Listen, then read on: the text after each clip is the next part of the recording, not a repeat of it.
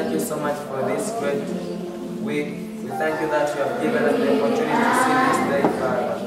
Thank you, Lord. Thank you for everything you have given us throughout this week. Thank you for everybody. We pray for the ones that are traveling this day. Help them, Father. Thank you, Lord.